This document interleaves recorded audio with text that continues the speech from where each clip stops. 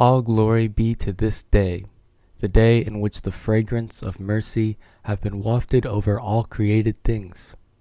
A day so blessed that past ages and centuries can never hope to rival it. A day in which the countenance of the Ancient of Days hath turned towards his holy seat. Thereupon the voices of all created things, and beyond them those of the concourse on high, were heard calling aloud, Haste thee, O Carmel, for lo, the light of the countenance of God, the ruler of the kingdom of names and fashioner of the heavens, hath been lifted upon thee. Seized with transports of joy, and raising high her voice, she thus exclaimed, May my life be a sacrifice to thee, inasmuch as thou hast fixed thy gaze upon me, hast bestowed upon me thy bounty, and hast directed toward me thy steps. Separation from thee, O thou source of everlasting life, hath well nigh consumed me, and my remoteness from thy presence hath burned away my soul.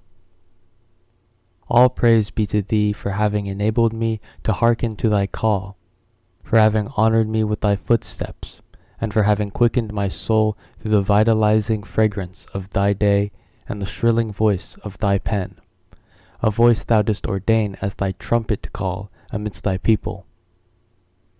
And when the hour at which thy restless face was to be made manifest did strike, thou didst breathe a breath of thy spirit into thy pen, and lo, the entire creation shook it to its very foundations, unveiling to mankind such mysteries as lay hidden within the treasuries of him who is the possessor of all created things.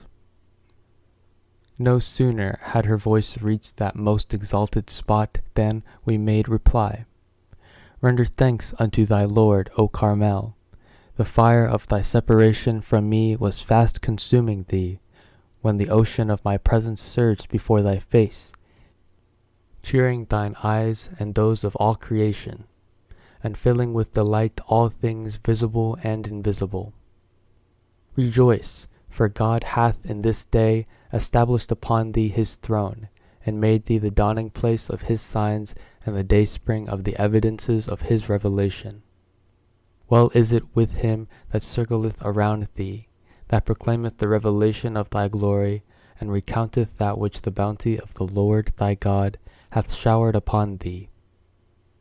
Seize thou the chalice of immortality in the name of thy Lord, the all-glorious, and give thanks unto him, inasmuch as he, in the token of his mercy unto thee, hath turned thy sorrow into gladness, and transmuted thy grief into blissful joy.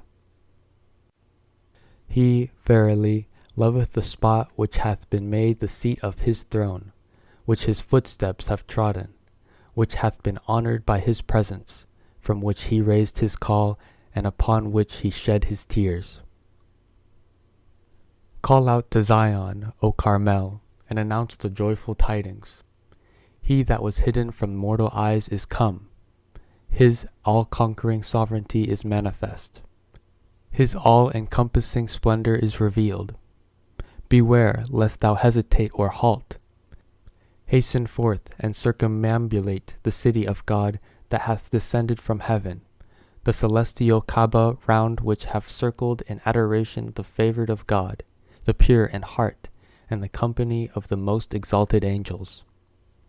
Oh, how I long to announce unto every spot on the surface of the earth, and to carry to each one of its cities the glad tidings of this revelation, a revelation to which the heart of Sinai hath been attracted, and in whose name the burning bush is calling, Unto God, the Lord of lords, belong the kingdoms of earth and heavens. Verily, this is the day in which both land and sea rejoice at this announcement, the day for which hath been laid up those things which God, through a bounty beyond the ken of mortal mind or heart, hath destined for revelation. Ere long will God sail his ark upon thee, and will manifest the people of Baha who have been mentioned in the book of names. Sanctified be the Lord of all mankind, at the mention of whose name all the atoms of the earth have been made to vibrate, and the tongue of grandeur hath been moved to disclose that which had been wrapped in his knowledge and lay concealed within the treasury of his might. He, verily, through the potency of his name, the mighty, the all-powerful, the most high, is the ruler of all that is in the heavens and all that is on earth.